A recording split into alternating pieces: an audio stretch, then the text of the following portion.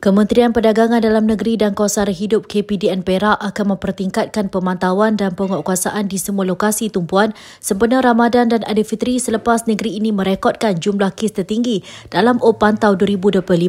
Pengarah KPDN Perak, Datuk Kamaluddin Ismail berkata pemantauan akan dijalankan setiap hari di bazar dan premis perniagaan termasuk kedai runcit oleh 195 penguatkuasa dan 75 pegawai pemantau harga yang ditugaskan sepanjang operasi tersebut dikuatkuasakan.